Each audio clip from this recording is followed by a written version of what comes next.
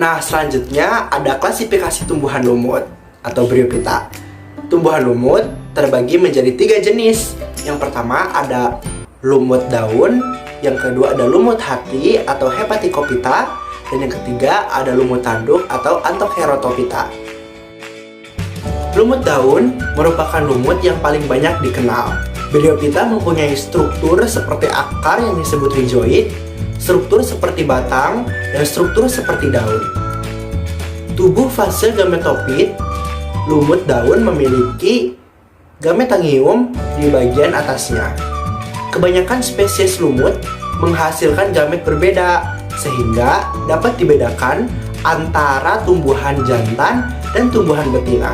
Akan tetapi, ada juga yang menghasilkan antheridium dan archegonium pada satu tumbuhan.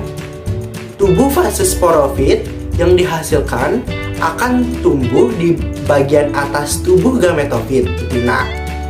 Sporofit akan terus menempel pada gametofit dan bergantung untuk memperoleh nutrisi. Setelah dewasa, sporofit akan berubah warna menjadi kecoklatan. Nah, pada beberapa spesies, sporangium dilapisi struktur seperti tudung yang disebut calyptra yang dihasilkan oleh archegonium.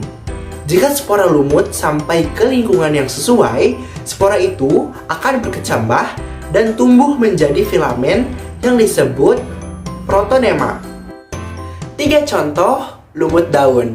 Yang pertama ada Polytrichum juniperinum, yang kedua ada Punaria, dan yang ketiga ada lumut gambut sphagnum.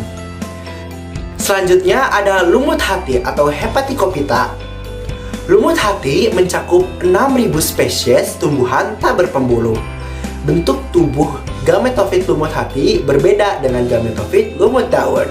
Pada lumut hati, tubuhnya tersusun atas struktur berbentuk hati pipih disebut talus, yang tidak terdiferensiasi menjadi akar, batang, dan daun. Tubuhnya terbagi menjadi 2 lobus, sehingga tampak seperti lobus pada hati. Siklus hidup lumut hati mirip dengan lumut daun, walaupun bentuk tubuhnya agak berbeda. Di dalam sporangium terdapat sel yang berbentuk gulungan yang disebut elatera. Elatera akan terlepas saat kapsul terbuka, sehingga membantu memencarkan spora. Pada beberapa lumut hati, gametangium berada pada struktur batang yang disebut archegoniophore yang menghasilkan archegonium, dan antheridiophore yang menghasilkan antheridium.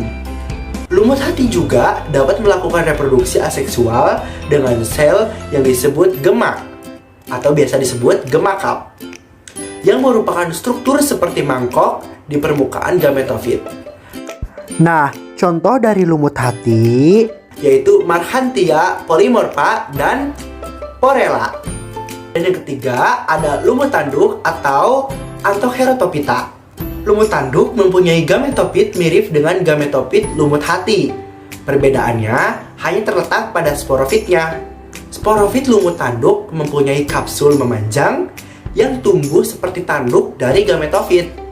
Masing-masing mempunyai kloroplas tunggal yang berukuran besar, lebih besar dari kebanyakan lumut. Contohnya adalah Anthocheros natans. Pada spesies ini, archegonium dan antheridium melekat pada talus gametofit. Ciri unik dari lumut tanduk adalah sporofit akan terus tumbuh selama masih hidup gametofitnya.